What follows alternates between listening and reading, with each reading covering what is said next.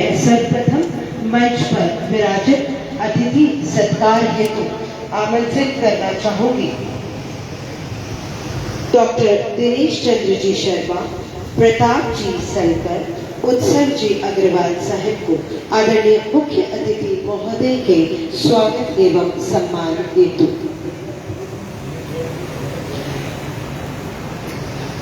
आदरणीय डॉक्टर दिनेश जी शर्मा, प्रताप जी सलकर सर, उत्सव जी अग्रवाल। अर्पित पुष्पित अक्षत रोली, बिंदिया कुमकुम अनुराग धरी। अर्पित पुष्पित अक्षत रोली, बिंदिया कुमकुम अनुराग धरी। हम सब हर्षित गदगद पुलकित, स्वर सरता में अवगाहन कर, स्वर सरिता में अवगाहन कर। मुख्य अतिथि के रूप में श्री एल रघुरामन सर, वरिष्ठ पत्रकार, चर्चित स्तंभकार एवं मोटिवेशनल स्पीकर, जो आज हमारे मध्य यहाँ पर है। स्वागत की श्रृंखला में मैं विनम्र अनुरोध करती हूँ श्री सुरेश जी कासलीवाल, श्री आरिफ जी कुरैशी, श्री उद्धव जी अग्रवाल साहिब को हमारे कार्यक्रम की अध्यक्षता कर रहे आदरणीय श्रीयुत संपत जी सरल, अंतर्राष्ट्रीय ख्याति प्राप्त हास्य व्यंग्य के कविवर का स्वागत एवं सम्मान करने हेतु कि मंगल गानों की धुन लेकर सौरभ श्री सुरेश जी कासलीवाल साहब, श्री आरिफ जी कुरैशी, श्री उद्धव जी अग्रवाल।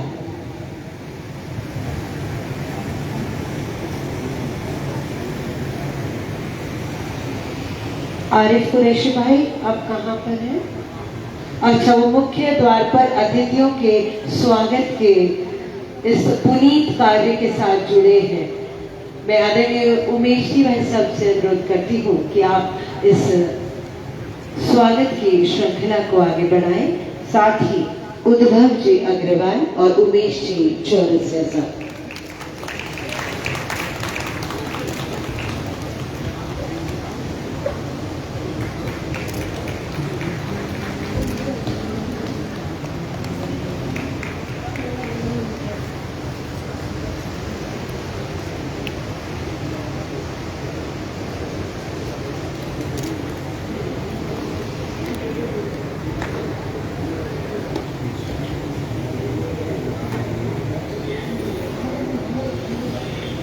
और अब जिस कार्यक्रम की श्रृंखला से आप सब अपने उन बचपन के दोस्त के साथ उसकी खुशियों के पल बांटना चाहते हैं, जहां 68वें जन्मदिन की ओर बढ़ते डॉक्टर रमेश जी अग्रवाल साहब, तो केक कटिंग सेरेमनी जिसे कहते हैं ना, कि इस पल का सब बच्चों को बहुत इंतजार होता है कि वो केक कब आएगा, ऊपर जो स्ट्रॉबेरी लगी है और जो फ्लावर बनाया है और वो जो पिंक कलर का फूल है वो मुझे मिले। आप देखिए नन्हे नन्हे बच्चों में कितना उत्साह होता है कि जो बर्थडे केक का डेकोरेशन होता है वो उसको देख के ही बहुत खुश होते हैं और सोचते हैं मुझे कौन सा वाला, जब केक कटेगा तो कौन सा वाला पार्ट मेरे हिस्से में आएगा।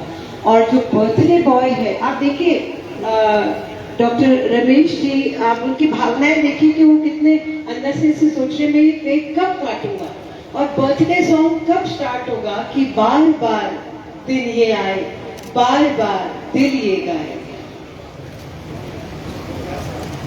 मैं आदरणीय रमेश जी भाई साहब से अनुरोध करती हूँ उसे पधारे और परिवार के सभी सदस्यों को भी आमंत्रित करती हूँ कि खुशियों के, साथ ही आदरणीय अतिथि वृंद से भी मेरा सादर अनुरोध है।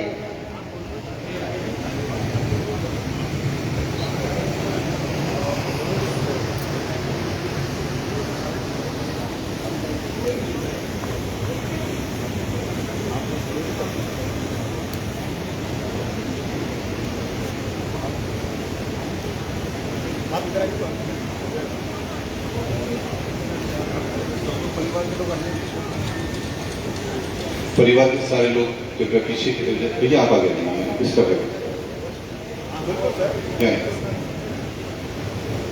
Happy birthday to you. Happy birthday to you. Happy birthday, dear Vishwa. Happy birthday to you.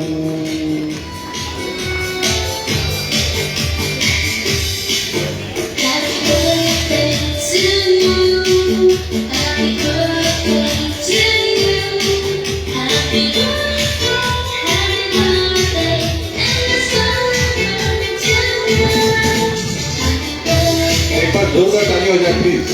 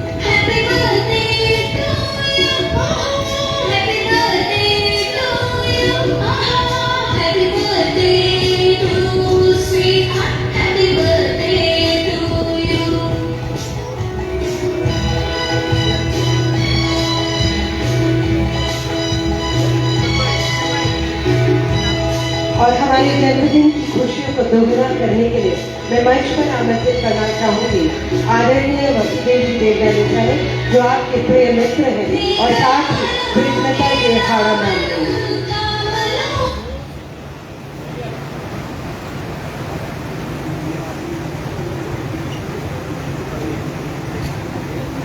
आप सभी के द्वारा शुभकामनाओं को प्रेषित करने के लिए आमंत्रित किया जाएगा और इसी का प्रारंभ है।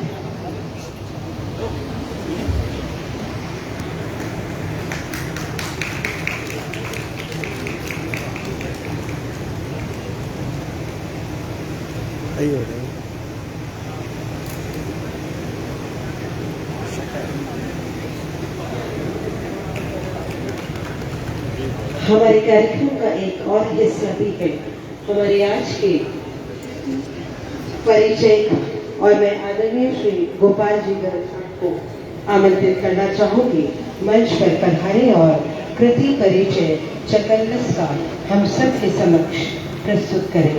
श्री गोपाल जी गर्ग। अभी अभी जन्मदिन का केक कटा है और उसकी खुशी निश्चित रूप से हम सबको है, तो एक बार जोरदार तालियों से अभिनंदन जरूर करें।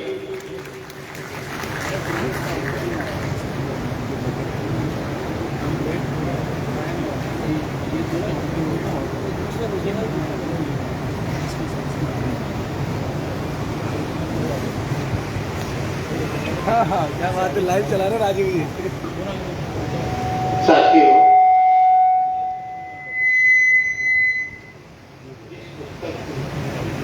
तो मुझे चर्चा करनी है वो एक वर्ष में या कुछ दिनों में लिखी गई तो किताब नहीं है। वो डॉक्टर रमेश अग्रवाल के 30 सालों तक 30 सालों तक लिखे गए चकल्लस कॉलम में से चुनिंदा व्यंग हास्य का संकलन है। ये पुस्तक इसलिए महत्वपूर्ण है कि ये एक सामान्य पुस्तक न होकर 30 साल के परिश्रमों का फल है। इसकी कुछ खास बातें इस बारे में मैं कहना चाहूँगा। वो समय आज भी याद है जब रमेश जी भाई साहब का बहुचर्चित प्रतीक्षित चकल्लस नवज्योति में प्रकाशित होता था।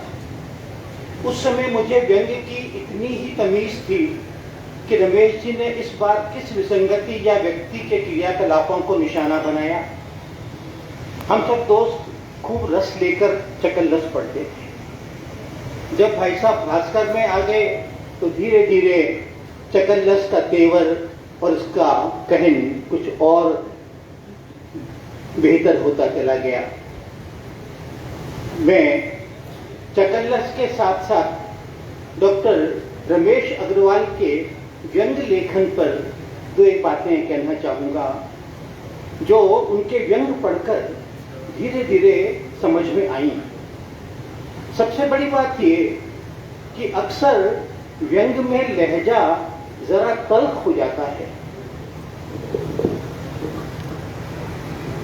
शब्द और कथन भी कुछ आक्रामक से हो जाते हैं कई बार।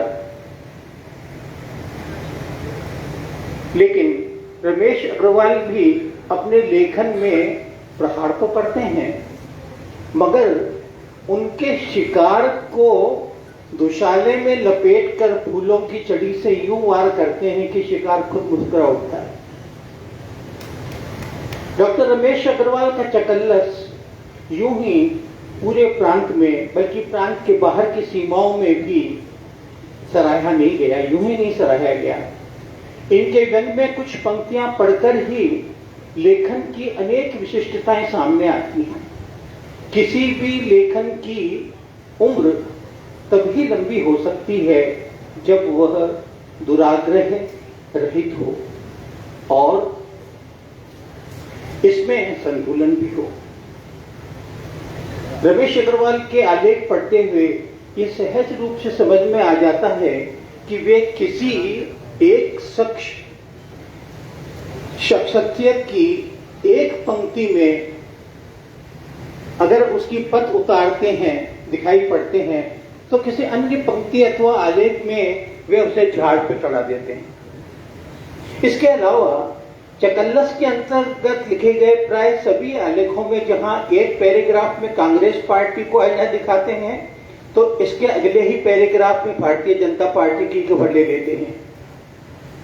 उदाहरण के लिए एक आलेख में जहां वे कांग्रेस के कृपाल सिंह कोलतार की समाचार पत्रों में अपना नाम छपवाने की छपास का जिक्र करते हैं, उसी आलेख के दूसरे पैराग्राफ में प्रतिपक्षी हनुमान बेनीवाल की मीडिया भड़ास को दर्शाते हुए लिखते हैं कि कार के साथ कुछ खरोंचें बेनीवाल जी को भी आई थी। हालचाल पूछने आए खबर नवीसों को उन्होंने खबर का हेडिंग भी सुझा दिया, बेनीवाल बाल बाल बचे। चकल्लस संभवतः मात्र ऐसा व्यंग्यात्मक स्तंभ रहा है जिसमें प्रत्येक व्यक्ति के नाम का उल्लेख करते हुए उस पर कटाक्ष किया गया, वरना तो इशारों में बात कर दी जाती है।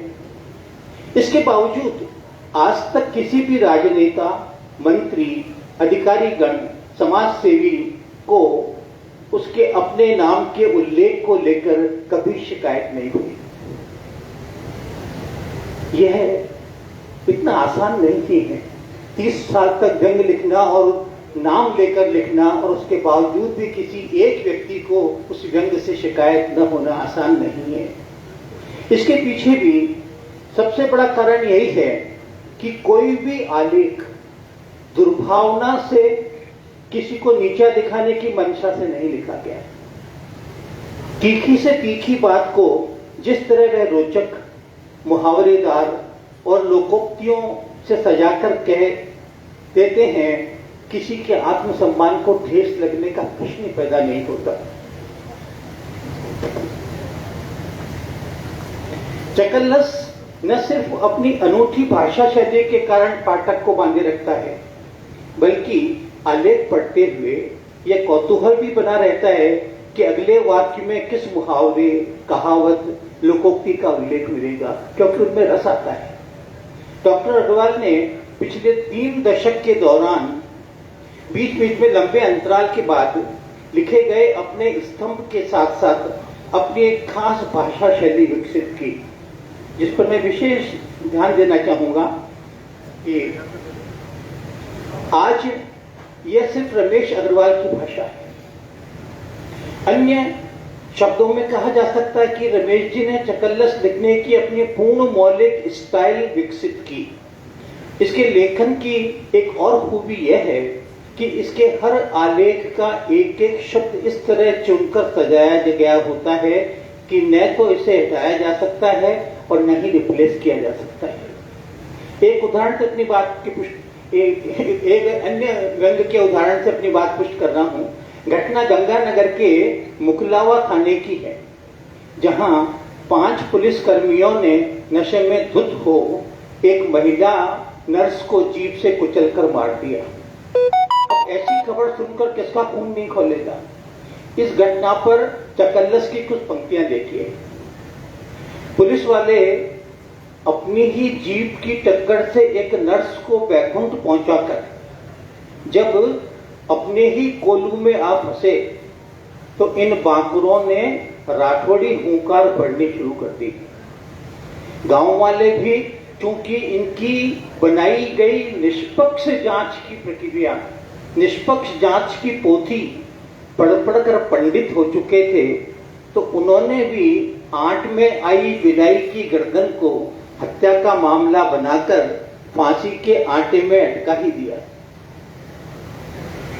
विषय से हटकर रमेश अग्रवाल के बारे में एक बात कहना और चाहूंगा कि रमेश जी सिर्फ व्यंग्य के शिल्पी ही नहीं, उनकी भाषा में अद्भुत लोच भी है।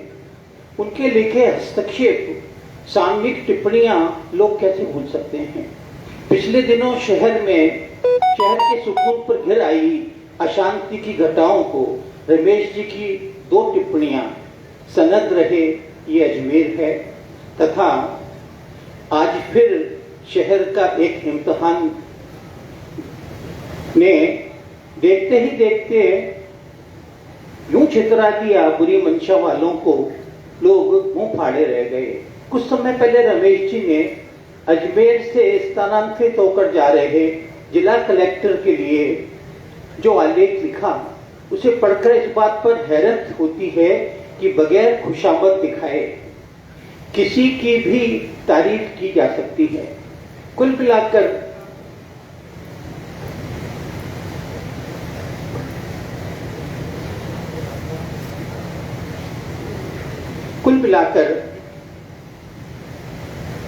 रमेश जी ने अपने चकल्लस में अपनी निजी भाषा, निजी शैली, निजी स्टाइल विकसित की कि आज 4 पंक्तियां पढ़कर कोई व्यक्ति ये कह सकता है कि ये चकल्लस है। धन्यवाद। धन्यवाद श्रीमान। और कार्यक्रम की अगली श्रृंखला में मैं श्री राजेंद्र जी गुंजल साहब को आमंत्रित करना चाहूंगी। सिटी रिपोर्टिंग पर आपके द्वारा कृति परिचय।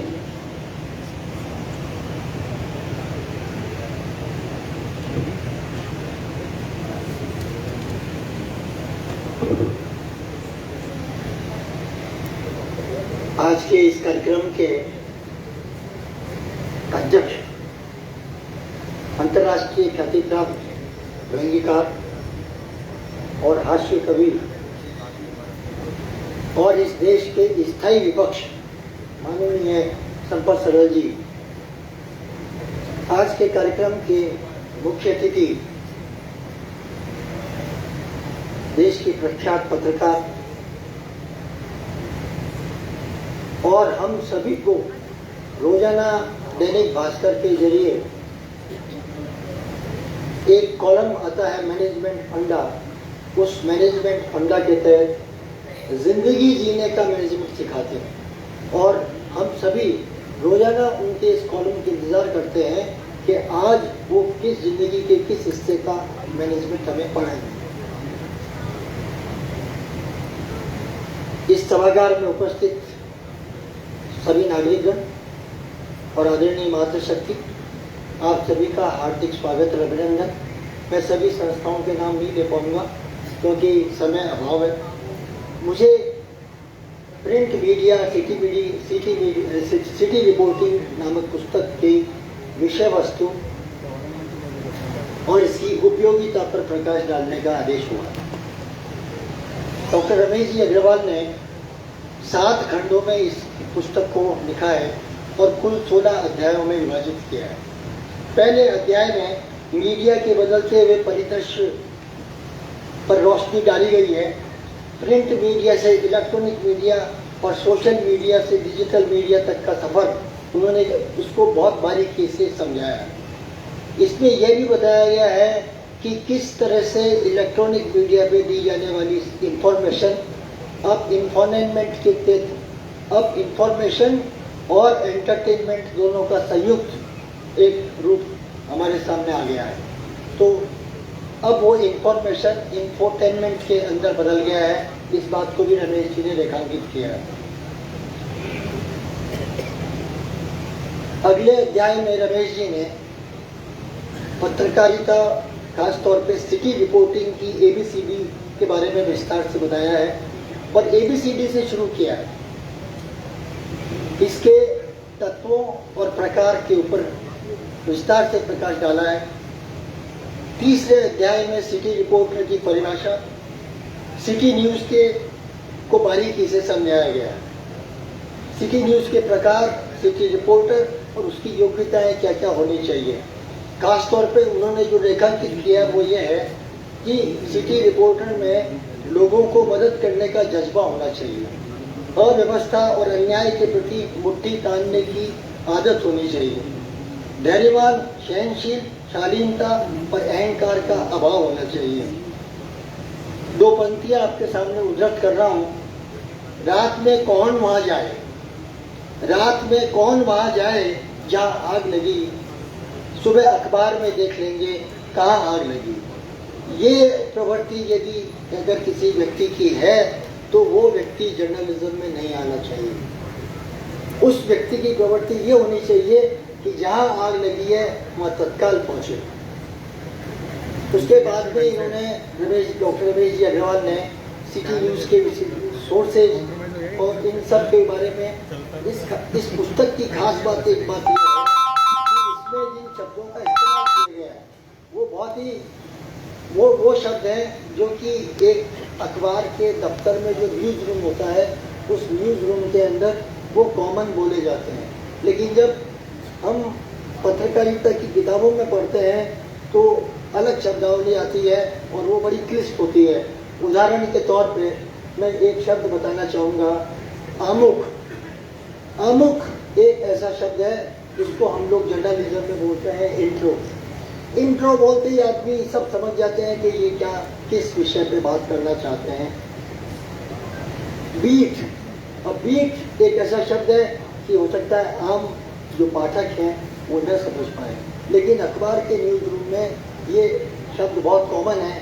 बीट का मतलब जो डिपार्टमेंट, जिस रिपोर्टर को जो डिपार्टमेंट दिया गया है वो उसकी बीट कहलाती है। Day meeting, copy writing. हम लोग कई बार अपने मित्रों से सवाल करते हैं कि आज की स्टोरी फाइल कर दी क्या। आप यदि ये लोग शब्द सुनेंगे तो आपको ये लगेगा कि ये कौन सी कहानी की बात की जा रही है। दोस्तों महानुभावों, ये कहानी नहीं है, ये वो पत्रकारों की वो खबर है जो आप तक पढ़ने को मिलती है और हम लोग उसको अपनी भाषा में स्टोरी राइटिंग बोलते हैं। साक्षात्कार, इंटरव्यू और समाचार लेखन का प्रस्तुतिकरण, इन सब के बारे में विस्तार से बताया गया है। अपनी बात को आगे बढ़ाते हुए मैं महात्मा गांधी का एक वाक्य उद्धृत करूंगा कि पत्रकारिता का एकमात्र लक्ष्य सेवा होना चाहिए। अखबारी प्रेस एक बड़ी ताकत है, लेकिन जैसे अनियंत्रित जल प्रवाह में गांव के गांव डूब जाते हैं और फसलें बर्बाद हो जाती है, उसी तरह अनियंत्रित लेखनी सेवा करने के बजाय विध्वंस का काम करती है। ये महात्मा गांधी का कथन है। डॉक्टर रमेश अग्रवाल ने महात्मा गांधी के इस कथन को अपनी पुस्तक में उद्धृत किया। अब मैं इसके दूसरे पक्ष पे आ रहा हूँ कि ये पुस्तक जो है वो किन लोगों के लिए उपयोगी है। जो लोग यहाँ सभागार में बैठे हैं वो सब लोग ये सोच रहे होंगे कि मैं सबसे पहले उन लोगों का नाम दूंगा जो पत्रकारिता के विद्यार्थी हैं या जो लोग अभी पत्रकारिता पढ़ रहे हैं। नहीं, मैं ये मानता हूँ कि ये किताब उन लोगों के लिए ज़्यादा महत्वपूर्ण है। फर्स्ट नंबर पे उन्हीं का नंबर आता है। वो लोग हैं जो कि आज की तारीख में किसी न किसी अखबार में सिटी रिपोर्टिंग कर रहे हैं या एडिटोरियल डिपार्टमेंट में डेस्क पे बैठ के एडिटिंग कर रहे हैं। उनको इस पुस्तक को पढ़ना बहुत ज़रूरी है और मेरा सभी साथियों से आग्रह है कि इस पुस्तक को वो ज़रूर पढ़ें। दूसरे नंबर पे आता है जर्नलिज्म के जो स्टूडेंट हैं, जो BGMC कर रहे हैं, MGMC कर रहे हैं, उनके लिए ये बहुत अच्छी पुस्तक है। उसमें हालांकि पूरा पेपर तो उनका कवर नहीं होता, लेकिन एक पेपर का बहुत बड़ा हिस्सा जो रिपोर्टिंग है वो उसमें कवर हो रहा है। तीसरे नंबर पे जो साप्ताहिक और पाक्षिक अखबार निकालते हैं वो जो हमारे साथी हैं वो लोग भी उनको भी इस पुस्तक को पढ़ना चाहिए। आज सोशल और डिजिटल मीडिया का प्लेटफॉर्म का ज़माना है। आप देख रहे होंगे कि किस प्रकार social media day by day हावी होता जा रहा है। तो जो लोग सोशल मीडिया के जरिए या डिजिटल मीडिया के जरिए अपना करियर बनाना चाहते हैं उनको भी इस पुस्तक को पढ़ना बहुत ज़रूरी है। मैं कुछ नाम आपके सामने गिनाऊंगा। पुण्य प्रसून वाजपेयी, अभिसार शर्मा, ये वो नाम है जो बड़े बड़े इलेक्ट्रॉनिक चैनल के एंकरिंग किया करते थे। वो आज अपने खुद के उस पे हैं, चैनल पे हैं और वो अपना काम कर रहे हैं। इसमें अजीत अंजुम और एक नया नाम है साक्षी जोशी। तो ये इनके लाखों लोगों ने फॉलोइंग है। तो जो लोग हमारे साथी हैं जो डिजिटल मीडिया को अपना करियर बनाना चाहते हैं और आगे बढ़ना चाहते हैं वो उन्हें इसको ज़रूर पढ़ना चाहिए। मैं अपनी बात को समाप्त करने से पूर्व दो शब्द डॉक्टर रमेश अग्रवाल के ऊपर उनके व्यक्तित्व और कृतित्व के बारे में बोलना चाहता हूँ। डॉक्टर रमेश जी अग्रवाल की जो जीवन यात्रा है उस जीवन यात्रा में आपने देखा होगा कि अखबारी दुनिया में जो रिटायरमेंट की एज है वो या तो 58 साल होती है या 60 साल होती है। लेकिन डॉक्टर रमेश अग्रवाल आज इस उम्र के इस पड़ाव पे भी रात को 2 बजे तक दैनिक भास्कर को तैयार करते हैं और आप लोगों को जो सुबह अखबार मिलता है उसके लिए उम्र के इस पड़ाव पे भी इतनी मेहनत और कर रहे हैं। ये हम पूरे शहरवासियों के लिए सौभाग्य की बात है। एक बात ये कहना चाहता हूँ कि लोग बात कहते हैं कि आदमी को अपनी मूवेबल प्रॉपर्टी साथ लेके नहीं घूमनी चाहिए, चोरी होने का डर रहता है। लेकिन डॉक्टर रमेश अग्रवाल एक ऐसे व्यक्तित्व हैं जिनकी मूवेबल प्रॉपर्टी हर जगह जहाँ जाते हैं वहाँ होती है। मैं सोचता हूँ कि इस हॉल में जितने लोग बैठे हैं वो उनकी मूवेबल प्रॉपर्टी है, वो उनके स्नेह आदर और सम्मान। और मैं सोचता हूँ कम से कम इस सभागार में 40-50 हमारे पत्रकार साथी ऐसे बैठे हैं जिन्होंने जीवन के किसी न किसी मोड़ पे, किसी न किसी क्षण पे उनसे पत्रकारिता सीखी है या उन्होंने अपनी पत्रकारिता को धार की है।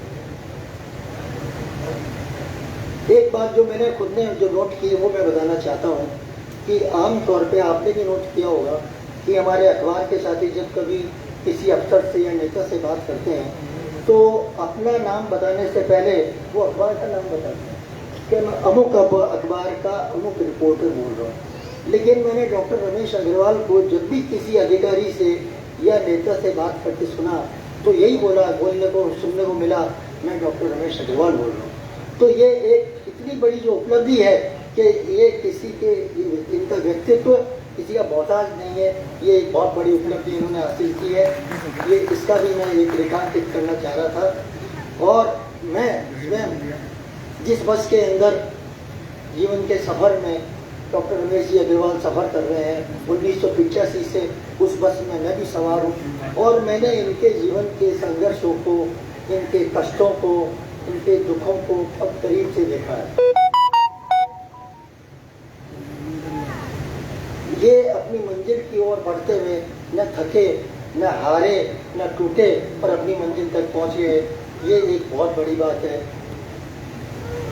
1980 के दशक में एक फिल्म आई थी इम्तिहान, उस फिल्म का एक गाना है, आप सभी लोगों ने सुना होगा।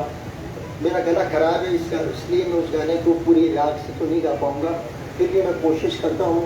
वो गीत जब डॉक्टर रमेश अग्रवाल के व्यक्तित्व और कृतित्व पर खरा उतरता है, उसकी मैं 2 पंक्तियाँ आपको गा के सुनाता हूँ। रुक जाना नहीं तू कहीं हार के, कांटों पे चल के मिलेंगे साए बाहर के।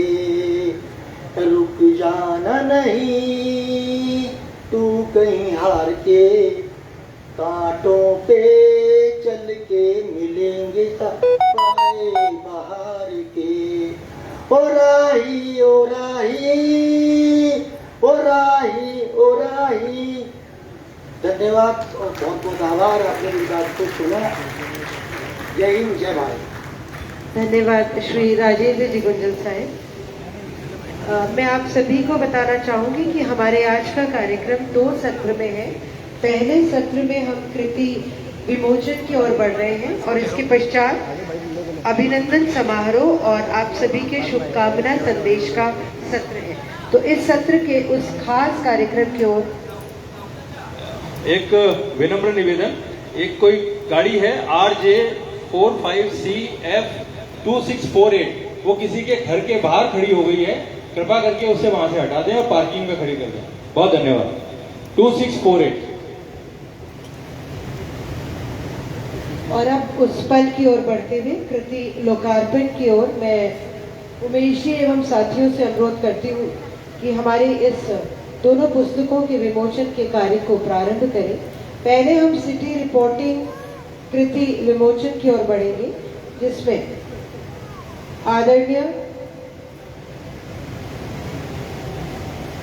आदरणीय श्री रघुरामन सर, श्री संपत सरल जी एवं लेखक स्वयं डॉक्टर रमेश जी अग्रवाल से सादर अनुरोध।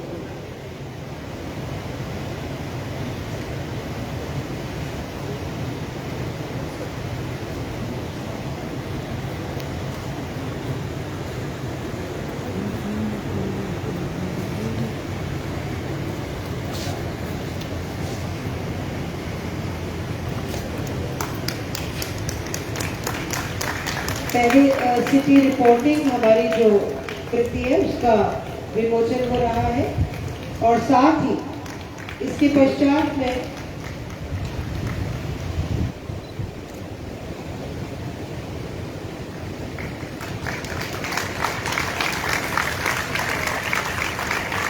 आमंत्रित करना चाहूंगी कार्टूनिस्ट राम बाबू जी माथुर सर को कि वे हमारी चकल्लस कृति के विमोचन में शामिल हो, हमारे दोनों अतिथि वृंद एवं लेखक डॉक्टर रमेश अग्रवाल के साथ।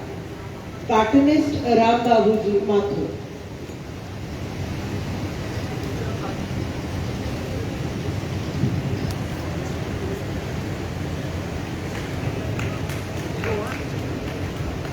एक जरूरी जानकारी ये है कि रामबाबू जी माथुर ने इस कृति में जितने भी कार्टून हैं वो सारे रामबाबू जी ने बनाए हैं, इसलिए इनके लिए भी एक बार जोड़ना चाहिए।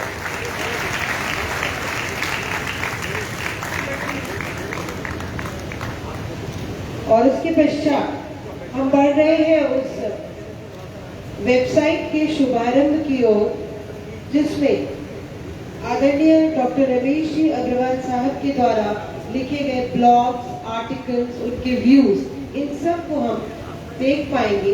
और मैं आदरणीय दोनों अतिथि वृंद से अनुरोध करना चाहूंगी कि हमारे इस वेबसाइट का शुभारंभ कर इस नेक और पुनीत कार्य को प्रारंभ करिए श्रीमान। और हमारे इस वेबसाइट के शुभारंभ में सहयोग किया है मुबारक खान साहब, LED स्क्रीन सहयोग श्री मुकेश जी परिहार। और जैसा कि मैंने आप सभी से निवेदन किया कि हमारा कार्यक्रम 2 सत्र में है। नहीं, आप सब लोग साथ में करेंगे सर, साथ में करेंगे। अंतिम चरण की 3 ओर फिंगर तो चलेगा ना सर? वेबसाइट सर आप के डालेंगे के पश्चात और उसके बाद अभिनंदन समारोह प्रारंभ होगा। नो इश्यू, आराम से अपना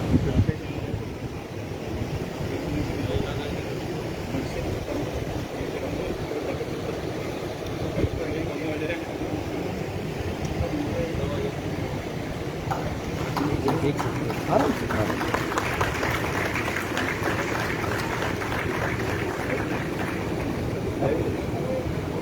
सर, आप प्लीज आप ही के हाथ से दीजिए सर।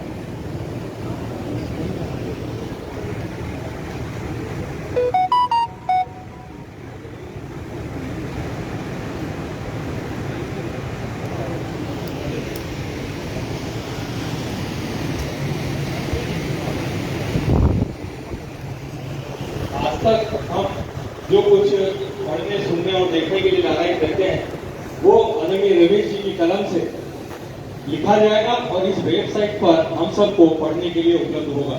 तो जरूर इस वेबसाइट को देखिएगा।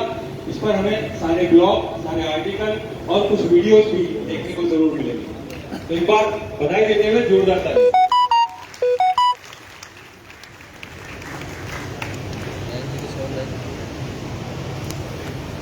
धन्यवाद श्रीमान। हमारे कृति लोकार्पण विमोचन कार्यक्रम की अंतिम श्रृंखला की ओर हम बढ़ रहे हैं और उसके पश्चात अभिनंदन समारोह की ओर बढ़ेंगे। मैं आदरणीय मुख्य अतिथि महोदय श्रीयुक्त एन रघुरामन सर, जो हमारे मध्य वरिष्ठ पत्रकार, चर्चित स्तंभकार एवं मोटिवेशनल स्पीकर हैं, आपको उद्बोधन हेतु सादर आमंत्रित करती हूँ श्रीमान।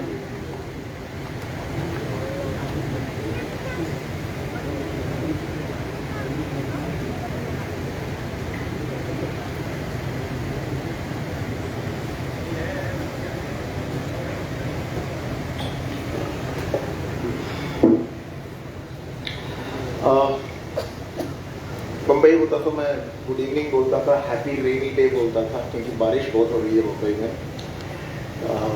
आज सुबह जब मैं वहाँ से निकला तो प्लेन निकलेगी या नहीं निकलेगी उस स्थिति पे था मैं।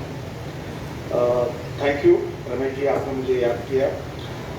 और सबसे बड़ा अच्छा काम आज मेरे लिए जो हुआ, मैं संपत जी के साथ मुलाकात हो गई। मैं इन्हें देखता जरूर था टेलीविजन चैनल्स पे या यूट्यूब्स पे या कोई भी सोशल साइट्स पे, और बहुत दिनों से अंदर एक तमन्ना होती है। हम जैसे लोगों को थोड़ी सी क्या कहते हैं, ईगो आ जाती है, या हम बहुत बड़े हैं, लेकिन उस ईगोइस्टिक आदमी के अंदर भी एक तमन्ना रहती है कि यार इसको मिलना चाहिए, और उसको मिलना चाहिए। उस वाली जो लिस्ट में संपत जी नंबर 1 और नंबर 2 के बीच में थे। तो एक बहुत बड़ी मेरे लिए उपलब्धि है कि मैं आज ये स्टेज संपत जी के साथ शेयर कर रहा हूँ, खास तौर पे रमेश जी की बुक के विमोचन के टाइम पे। और इससे बड़ा खुशी तो मुझे कुछ हो नहीं सकता। आज मैं जब किशनगढ़ एयरपोर्ट पे उतरा और मैं होटल की तरफ आ रहा था, तो मुझे बताया गया कि इस शहर में 1830 और 1835 से लेकर जो एजुकेशनल इंस्टीट्यूशंस बने हुए हैं वो काफ़ी पुराने हैं, और तभी से उस एजुकेशनल इंस्टीट्यूशन की इतनी प्रतिभा है। लोग उस इंस्टीट्यूशन में जाकर अपने बच्चों को दाखिल करना चाहते हैं, सारी चीज़ें।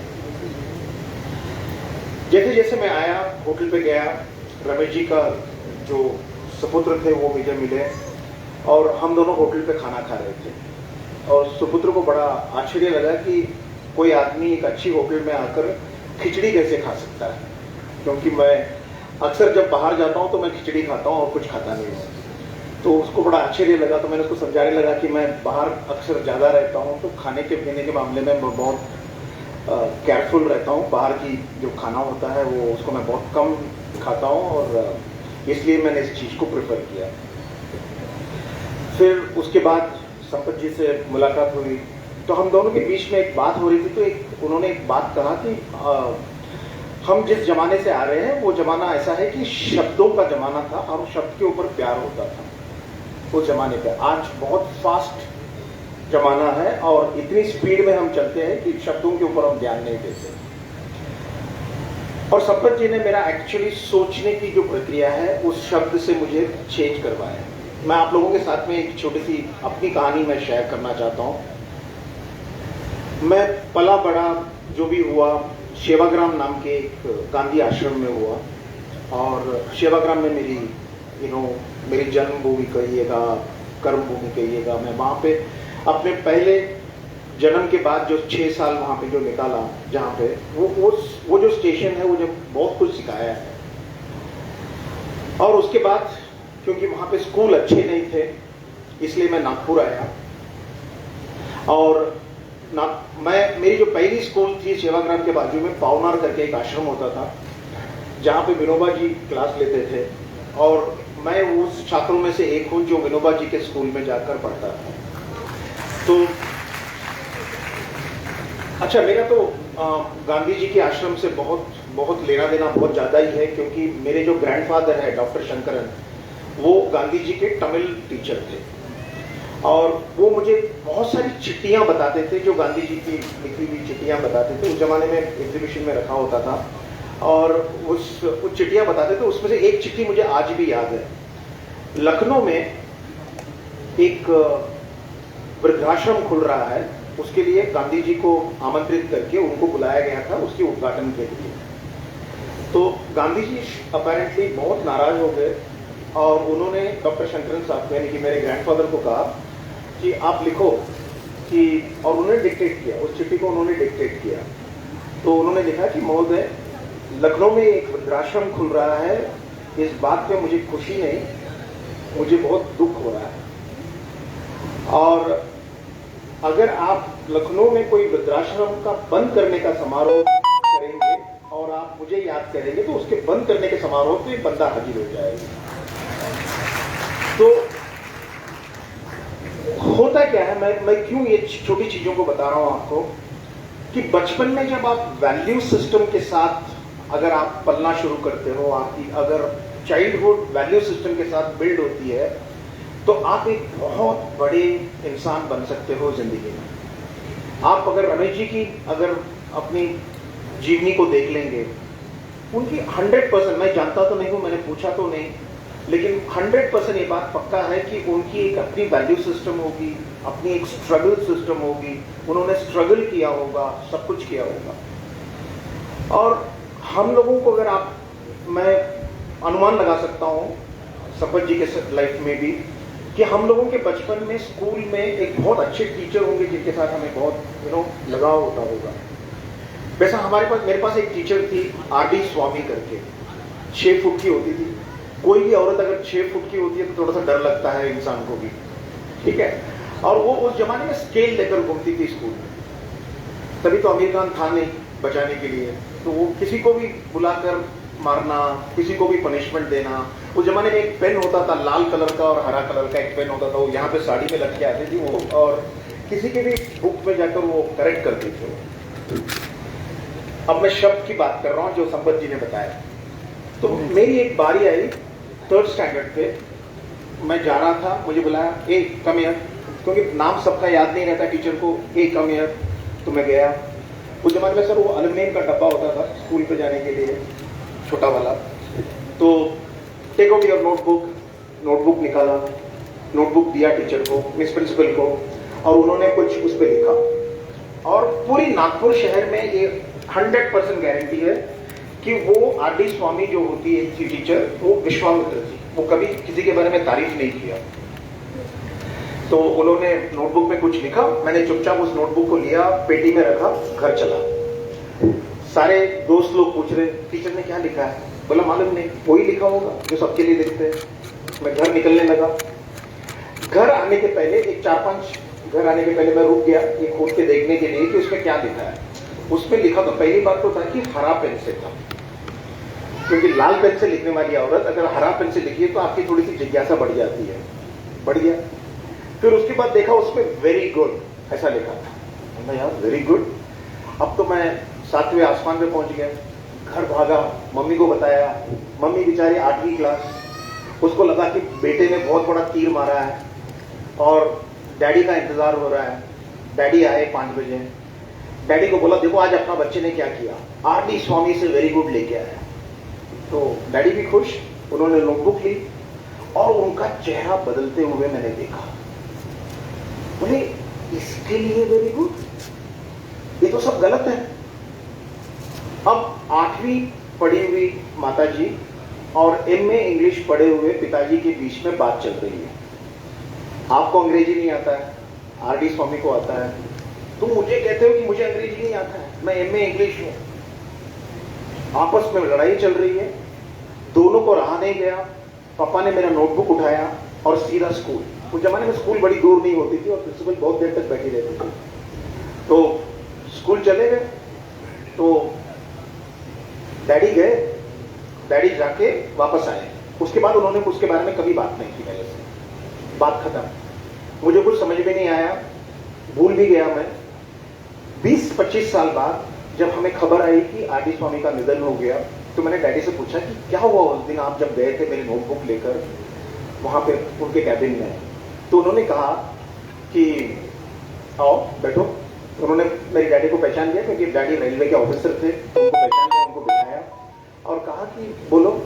तो उन्होंने मेरी नोटबुक निकाली और टीचर को दिया और कहा कि मुझे ऐसा लगता है कि आप में से कुछ गलती हो गई है, ये सब तो गलत है, लेकिन आपने वेरी गुड दिया। तो उस टीचर ने उसे एक जवाब दिया।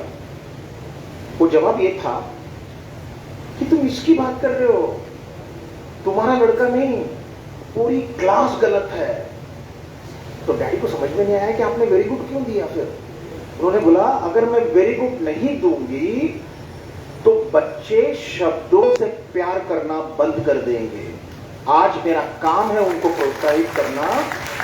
तुम जाओ, मैं देख लूंगी, ये तो यहां पे रहने वाला है 10वीं तक, मैं पढ़ा लूंगी उसको, तुम जाओ।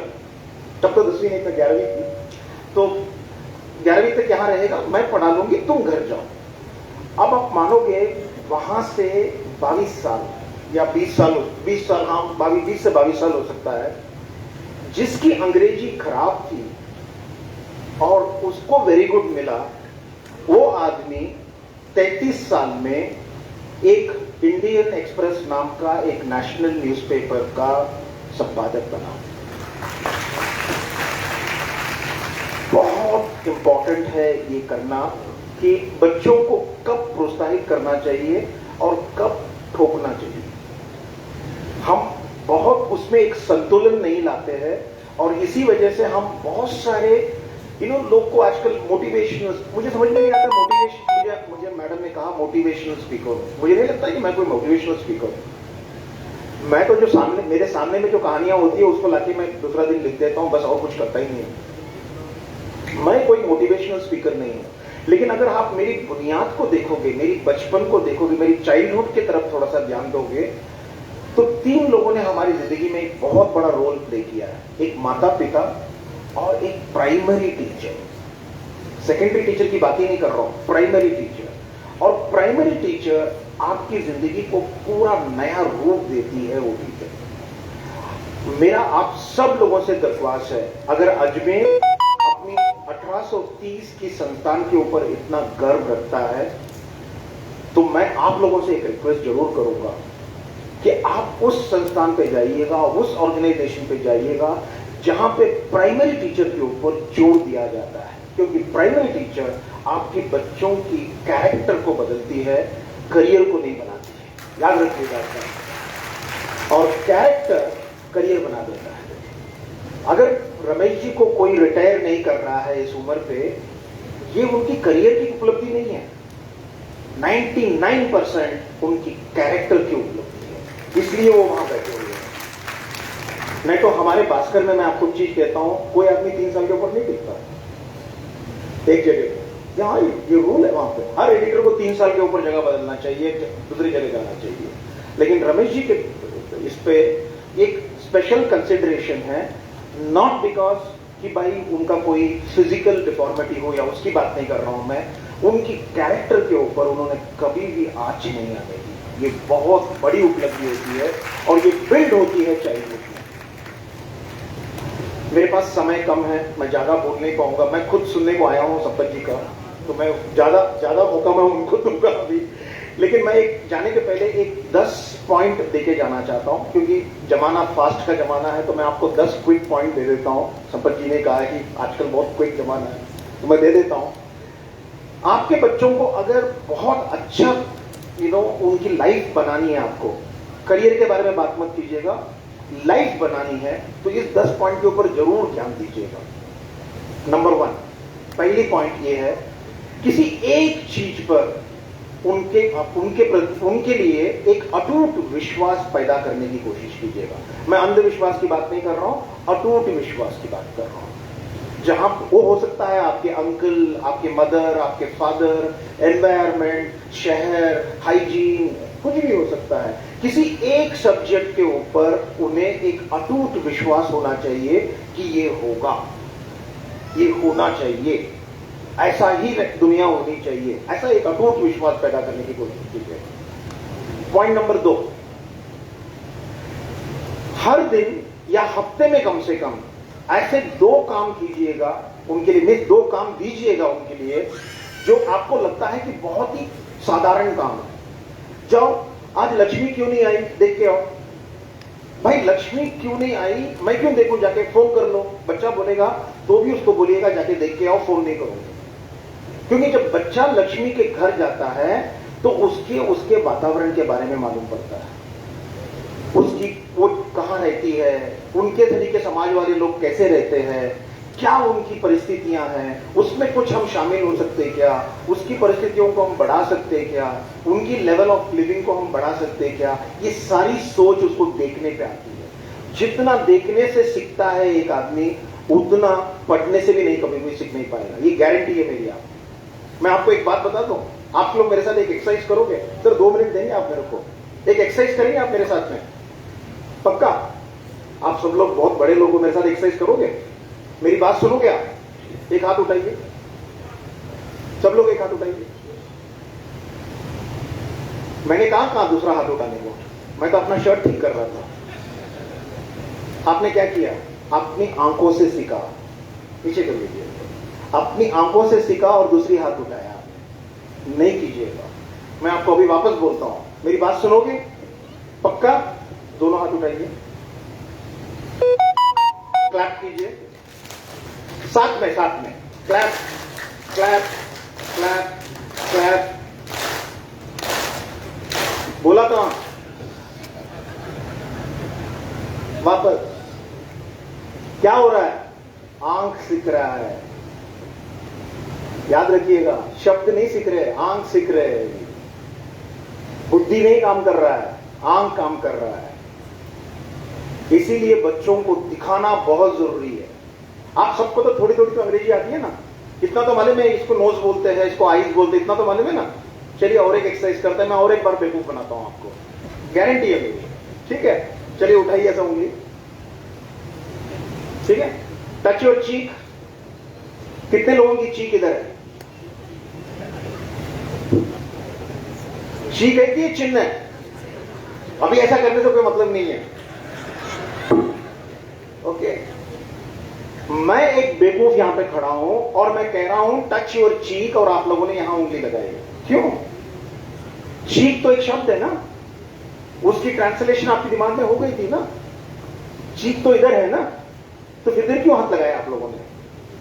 मैडम कह रही मैंने नहीं लगाया, अभी तक लगा के बैठी है। देखो देखो, मेरे को देखो, लगा के बैठी हो सकता है एक ने किया होगा, लेकिन अधिकांश लोगों ने कहां लगाया? यहां पे।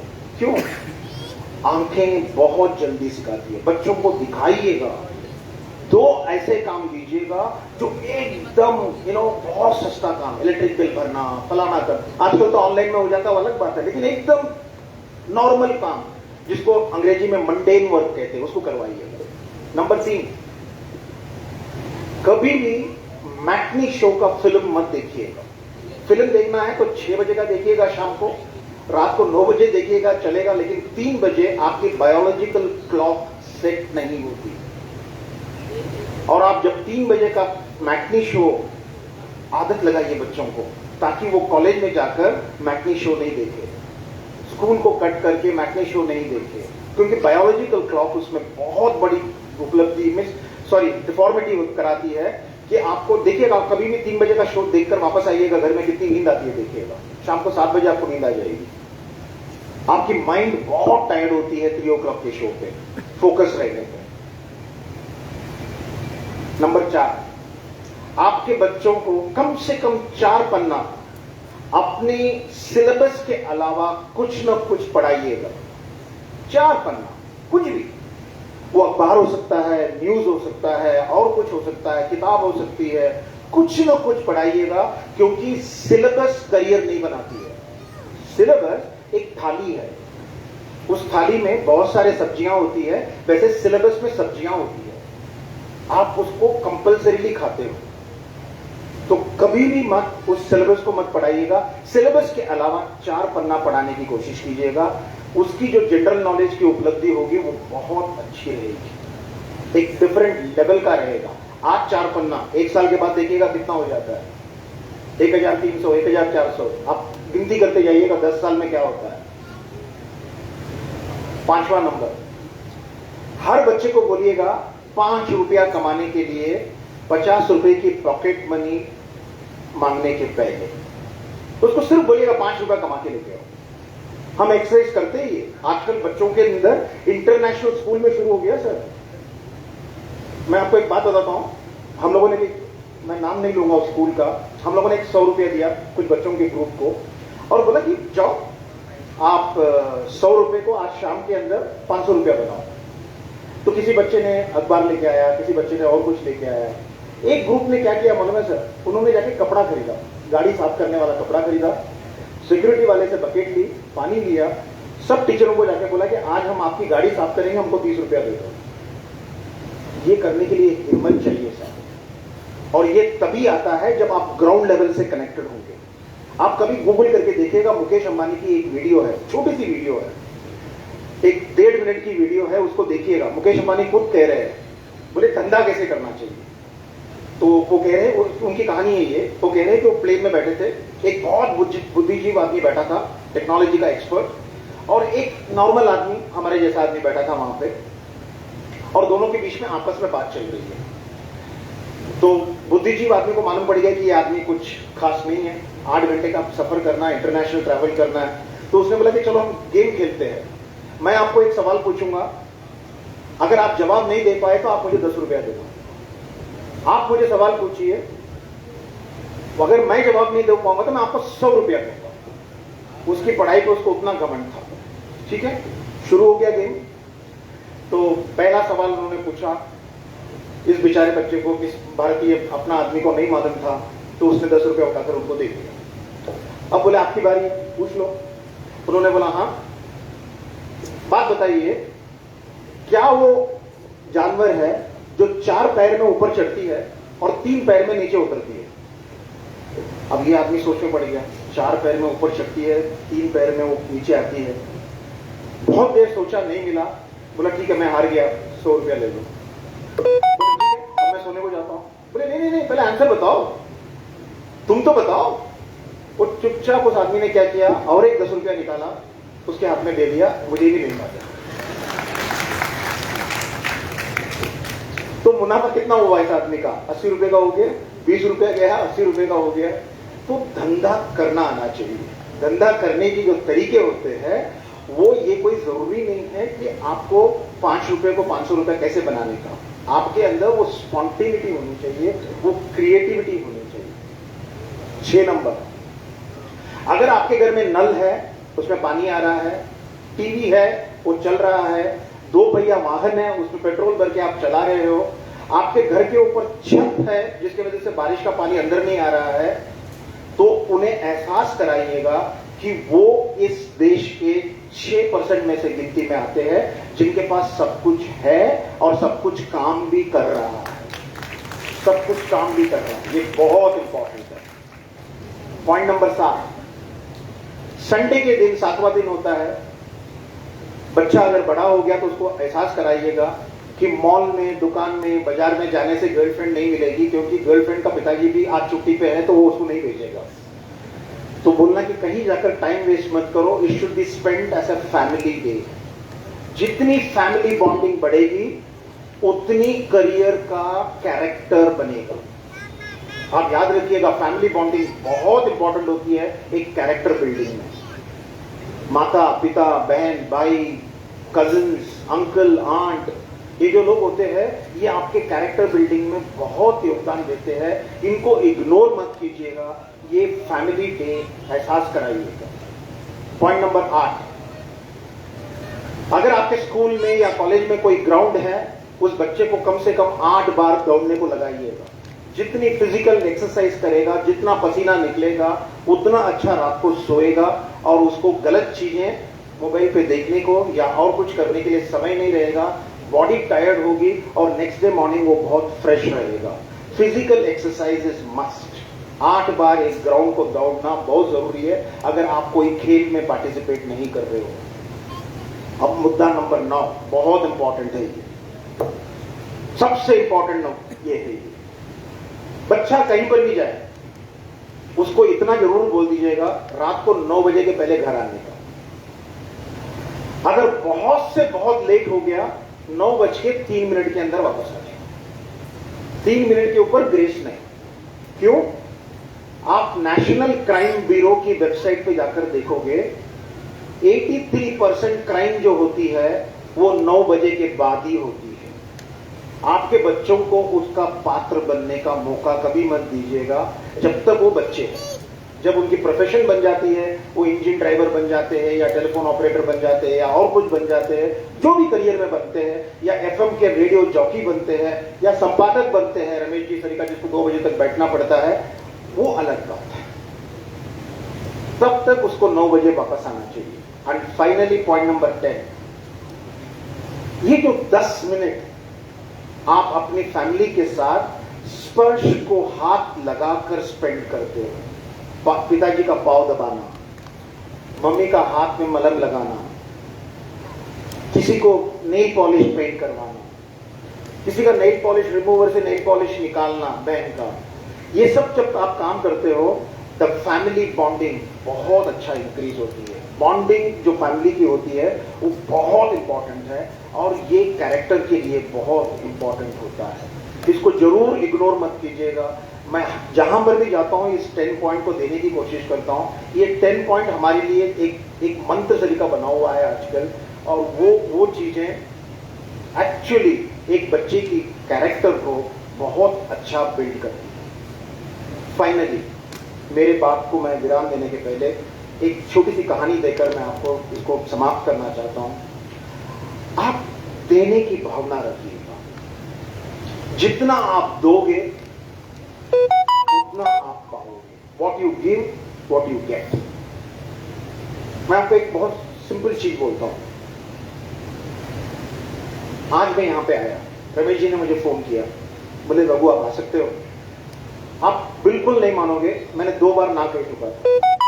बोला सर मैं नहीं आ पाऊंगा, मेरा टाइट शेड्यूल चल रहा है, एकदम बैक टू बैक चल रहा है, मुझे मैं नहीं आ पाऊंगा। नहीं भाई आपको तो आना पड़ेगा। मैंने बात मान ली, मैं आ गया। मैं आया यहाँ पे और मैं कल और कहीं जाने वाला था, वापस घर जाने वाला था और कहीं जाने वाला नहीं था। लेकिन हुआ क्या, मुझे और कोई प्रोग्राम का आमंत्रण आया और मुझे जयपुर से अपनी दूसरी फ्लाइट लेनी पड़ेगी कल सुबह और मुझे दूसरी जगह जानी है। मैं ये बात इसलिए कह रहा हूं कि जब आप कोई चीज देना सीखोगे ना, आपको वापस बहुत उल्टा बहुत मिलता है, डबल ट्रिपल मिलता है। एक छोटी सी कहानी है। मेरे 3rd स्टैंडर्ड की एक टीचर थी, सरस्वती कुपुस्वामी करके, जिसके ऊपर मैंने एक किताब लिखी है। पूरी किताब उसके ऊपर लिखी है, कभी मौका मिला तो पढ़ के देखिएगा। जिंदगी की पाठशाला, उस किताब का नाम है सर जिंदगी की पाठशाला। वो किताब मैंने लिखी है उनके ऊपर। उनका पहला लेसन क्या था मैं बताता हूं। आंखों से लेसन था वो। रोज स्कूल से मैं वापस आता था, वो मुझे जब वापस आते थे वो मेरे को लेके आती थी हाथ पकड़ के, क्योंकि मेरा घर और उनके घर पे एक 10-12 घर का डिफरेंस होता था। लेके आती थी तो जब भी मैं उसके घर पे आता था तो 10-15 वर्कर्स वहां पे खड़े हुए हैं नागपुर में। वो लोग कौन है? रेलवे में वो लाइन, जो रेलवे की लाइन जो डबल लाइनिंग हो रही थी उस जमाने पे, मद्रास दिल्ली का जो लाइन डबल हो रहा था, उसके लिए आंध्र प्रदेश से आए हुए वर्कर लोग हैं। ये सब लोग खड़े रहते थे मैडम आते तक। मैडम तेलुगु की टीचर थी। हमारे यहाँ मैं तो तेलुगु जानता नहीं हूँ, लेकिन वो तेलुगु की टीचर थी और वो तेलुगु में इनके लिए चिट्ठी लिखती थी घर के लिए। उस जमाने में पोस्ट कार्ड होता था 15 पैसे का, उसमें वो चिट्ठी लिखती थी और अपना घर का पता देती थी उन लोगों के लिए, ताकि वो चिट्ठी आंध्रा से वापस आए उनके घर पे। क्योंकि इन बेचारे जो वर्कर्स होते थे रेलवे के, उनके पास कोई पता नहीं होता था, there was no address where the letter can come back. तो वो अपना पता देती थी और उन पता लेटर आने के बाद उसको पढ़ के सुनाना, क्योंकि इन वर्कर्स को पढ़ने को नहीं आता था और इन वर्कर्स को पढ़कर बोलने को भी नहीं आता था। वो जो बोलते थे उसको वो चिट्ठी में कन्वर्ट करके वो उनको चिट्ठी भेजती थी और चिट्ठी जो आती थी उसको पढ़ा के उनको सुनाती थी। ये जो देने की भाव थी वो उस दिन से मैंने सीखा उनके पास से। समय कम होने की वजह से मैं उस टीचर के बारे में ज्यादा बात नहीं कर पाऊंगा, लेकिन वो टीचर ने मुझे देने की भाव सिखाई है उसने। और जितना गो गिवर, जितना आप दोगे उतना आपका मन प्रसन्न रहेगा।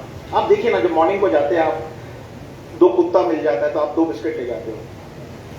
दूसरे दिन क्या होता है, वो कुत्ता जाके खबर किसी को देता है, यार एक पांडु आएगा सुबह सुबह 6 बजे, 2 बिस्किट लेके आएगा। आपके पास तो बिस्किट होता नहीं है।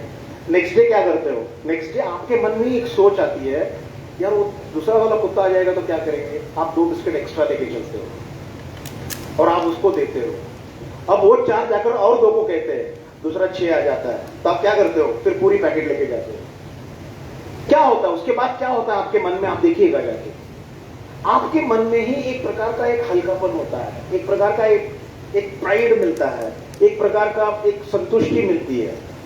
और पूरी जिंदगी उसके लिए हम जीते हैं, पैसे कमाने के लिए नहीं जीते। पैसा is the output of all this खुशियां। पैसा तो आएगा जाएगा, but how happy you are, अगर हैप्पी रखना है तो सबसे बड़ा काम हमारे बच्चों को संपत्ति देना नहीं, कैरेक्टर देना चाहिए।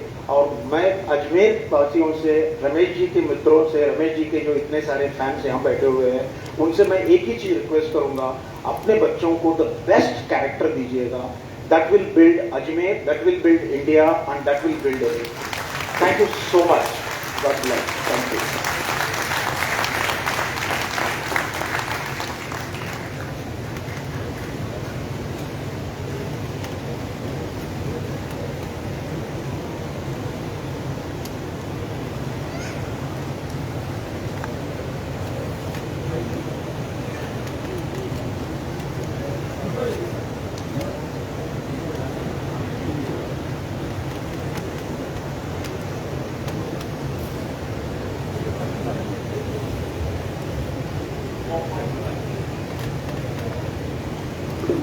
बेहद सुंदर, सहज और घर के वातावरण को अपनी जिंदगी का अभिन्न अंग बनाकर एक सुंदर स्वस्थ समाज और जीवन भर चलने वाले रिश्तों की बागडोर, इन सब को संभालने के लिए आपके द्वारा जो खूबसूरत 10 पॉइंट्स दिए गए, उन्हें वाकई बहुत ध्यान से सुनने के पश्चात कहीं आंखें नम भी हो उठी थी, क्योंकि कुछ बातों को हम वाकई फॉलो नहीं करते।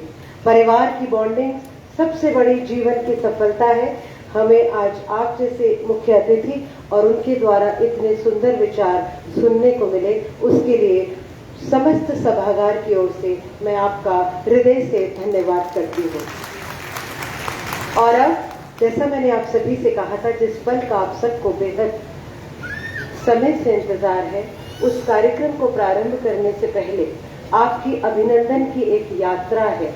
और उस पुस्तक को भीड़ में तन्हा एक शख्स, जिसके नाम से डॉक्टर रमेश अग्रवाल सदैव जाने और पहचाने गए, उनके अजीज मित्रों के द्वारा, उनके दिल के टुकड़ों के द्वारा जो इन पन्नों में समाहित हैं, जिन्हें मैं कुछ पल पहले ही देख पाई हूँ, उस पुस्तक के विमोचन और श्री उमेश जी चौरसिया को मैं अब मंच पर आमंत्रित करना चाहूंगी, क्योंकि अभिनंदन सम्मान समारोह के साथ आपकी श्रृंखला जुड़ी है। आदरणीय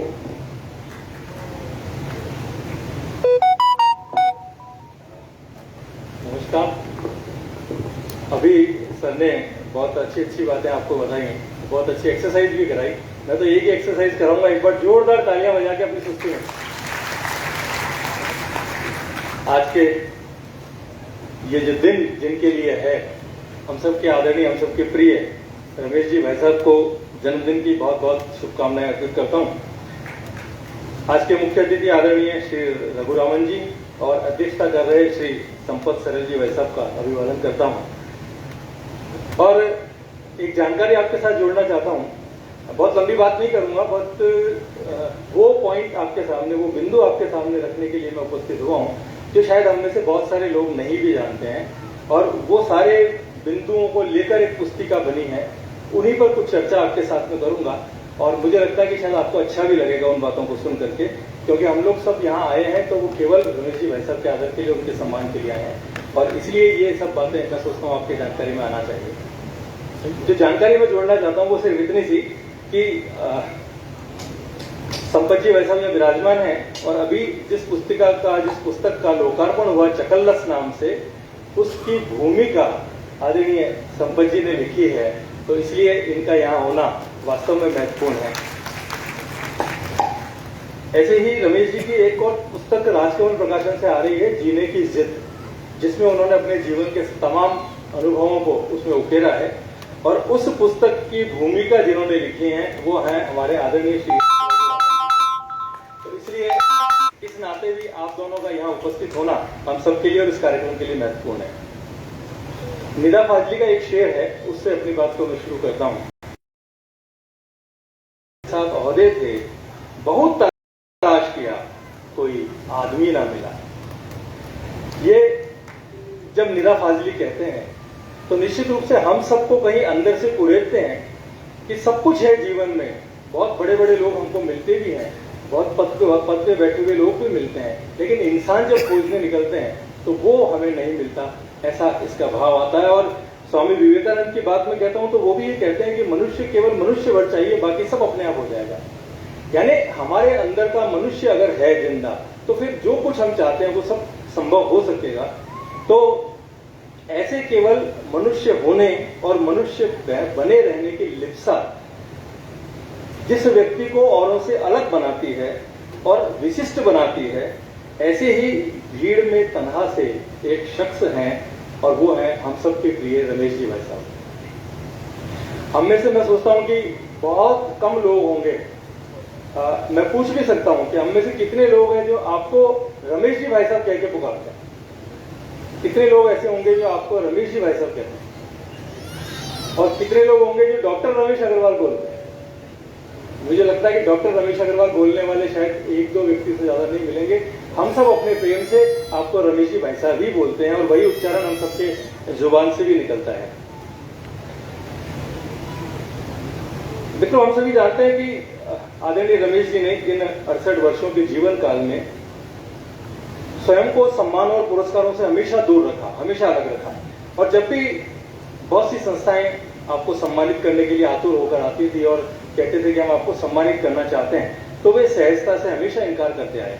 ये इस सब के हम सब गवाह हैं और इनसे जब पूछते भी हैं तो ये कहते हैं कि जितने भी लोग सम्मान देने के लिए आते हैं या सम्मानित करना चाहते हैं वो केवल कुर्सी को माला पहनाना चाहते हैं, उस व्यक्ति को पहचानते नहीं है, केवल कुर्सी को माला पहनाने के लिए आते हैं और इसीलिए वो उसको इनकार करते हैं। इस बार भी वही बात थी जब हमने भाई साहब से कहा कि हम एक अभिनंदन समारोह करना चाहते हैं और आज इस उम्र के पड़ाव पर हम भी अपनी भावनाएं अभिव्यक्त करना चाहते हैं, तो आपने स्पष्ट इनकार ही किया। किंतु जब बार बार आग्रह किया और वो बात कही जो निश्चित रूप से आप सब भी अपने मन से कहना चाहते होंगे और इस बात पर आप मेरा ध्यान भी देंगे, मेरा साथ भी देंगे, हमने कहा कि हम डॉक्टर रमेश अग्रवाल का अभिनंदन नहीं करना चाहते हैं। हम डॉक्टर रमेश अग्रवाल का कतई अभिनंदन नहीं करना चाहते हैं। इस नाम के व्यक्ति का सम्मान तो हम करना ही नहीं चाहते। हम तो जीवन की कठिन चुनौतियों का सामना करते हुए उसके बावजूद अनुकरणीय और प्रेरक उपलब्धियां हासिल करने वाले ऐसे विरले व्यक्तित्व का अभिनंदन करना चाहते हैं। दंभ रहित सादगी, मधुर वाणी और सबसे मैत्री और आत्मीयता रखने वाले, सबके हो जाने वाले और सबको अपना बना लेने वाले ऐसे मन के सच्चे इंसान का अभिनंदन हम आज करना चाहते हैं। महात्मा गांधी भी कहते हैं कि व्यक्ति का नहीं उसके गुणों का सम्मान करो। इस रूप में भी अगर हम देखते हैं तो हमें लगता है कि जिस व्यक्तित्व का हम सम्मान करना चाहते हैं उनके विविध गुण से हम सब अपने जब भी संपर्क में आए हैं उनसे परिचित होते रहे हैं, और इस दृष्टि से भी अगर हम देखते हैं तो हमें लगता है कि आज जो सम्मान करने आए भाई हैं उस व्यक्ति का यथोचित सम्मान है और वो हमें करना ही है। ये सम्मान इसलिए भी जरूरी है कि रमेश जी कभी भी अपने बारे में कुछ किसी को बताते नहीं, कभी जिक्र नहीं करते कि मैंने क्या किया है, जबकि हम लोगों की सबकी आदत है, हम जरा सा करते हैं और इतना सारा करके बताते हैं। तो कहते एक दो लाइन इस पे मैं कहना चाहता हूं कि वो जिक्र तो करते हैं दुनिया जहान का, वो जिक्र तो करते हैं दुनिया जहान का, बस अपनी ही फिक्र, अपनी ही कभी फिक्र नहीं करते। ऐसे इंसान है हमारे रमेश जी अग्रवाल साहब। और कुछ बातें जो आपके जीवन से संबंधित हैं और जिस कारण से हम आज ये अभिनंदन के लिए यहाँ एकत्र हुए और जिस कारण से ये अभिनंदन का ये सारा समारोह आयोजित हुआ, उन बिंदुओं को आपके साथ में शेयर करना चाहता हूँ। निश्चित रूप से आप सुनेंगे ऐसी उम्मीद करता हूँ। अगर मैं बचपन से शुरू करूं तो कुछ घटनाएं हैं जो शायद हम सब में से बहुत सारे लोग नहीं जानते होंगे। 2 वर्ष की आयु में ही आपके दोनों पैर पोलियो जैसे रोग से ग्रस्त हो गए और उसकी भेंट चढ़ गए, लेकिन उसके बावजूद भी उन्होंने कभी भी अपनी इस शारीरिक चुनौती को अपने इरादों से बड़ा नहीं होने दिया। कहते हैं कि खुद ही को कर बुलंद दिखना, आप सबने सुना है। तो वैसा ही कुछ व्यक्तित्व रमेश जी ने दिखाया और अपनी इच्छा शक्ति के बल पर पहले बैसाखियों के बस बल पर चढ़ना शुरू किया, उसके बाद धीरे धीरे उनको भी छोड़ दिया। और इस विषय पर मैग्सेसे पुरस्कार विजेता स्वर्गीय डॉक्टर पी.के. सेठी जी 1977 में कहते हैं, जब वो रमेश जी को चलते हुए देखते हैं तो वो कहते हैं कि रमेश जी अग्रवाल के दोनों पैरों की मसल पावर देख करके मैं कह सकता हूं कि इतनी कम मसल पावर के इंसान को बगैर किसी सहारे के चलते हुए मैंने आज तक नहीं देखा। विश्व प्रसिद्ध डॉक्टर। तो ये सब इच्छा शक्ति के बल पर है, ये वो जो मन की शक्ति है उसके बल पर आपने अपने जीवन को वहां से शुरू किया। आपसे जब बातचीत हो रही थी तो आपने अपने भ्राता सूरज जी अग्रवाल को एक बड़ा श्रेय देते हुए कहा कि उनसे ही, उनके माध्यम से ही मैंने साइकिल चलाना भी सीखा, उसके बाद स्कूटर चलाना सीखा, और अब वो कार भी उतनी बेहतर तरीके से चलाते हैं कि जब उनके बच्चे या हम सब साथी भी उनके साथ कार में जाते हैं तो हमें लगता ही नहीं है, हमें महसूस ही नहीं होता कि कार कौन चला रहा है, और इतनी बढ़िया कार चलाते हैं कि हमें लगता है कि इनसे बढ़िया ड्राइवर तो कोई हो ही नहीं सकता। और ये उपलब्धि निश्चित रूप से मैं सोचता हूँ तालियों की गड़गड़ाहट की उपलब्धि है।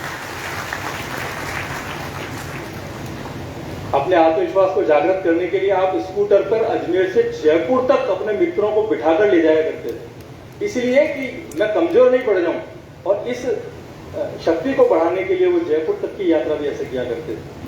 तो ऐसे रमेश जी अग्रवाल के बारे में एक जानकारी शायद कुछ लोगों को तो होगी, क्योंकि अखबार में बड़ी चर्चा का विषय रही थी। वो उम्र, जिस उम्र में 27 वर्ष 26 वर्ष की उम्र में जब कैरियर बनाने के लिए सारे युवा लगे रहते हैं और वो सोचते हैं कि कोई भी नौकरी मिल जाए तो बस अब हम उस नौकरी को कर लेंगे, ऐसी उम्र में रमेश जी ने आरएएस की परीक्षा दी।